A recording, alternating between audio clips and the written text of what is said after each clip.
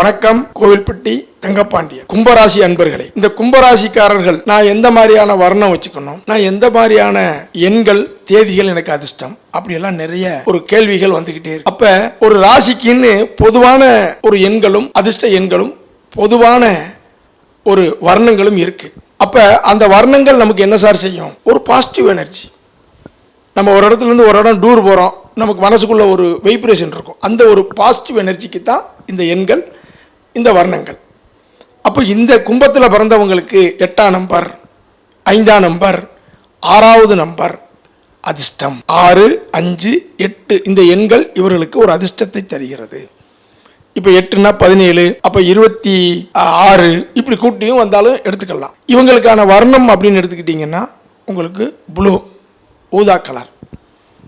கும்பத்துக்கு ஊதா, green, white இந்த எண்கள், இந்த வர்ணங்கள்.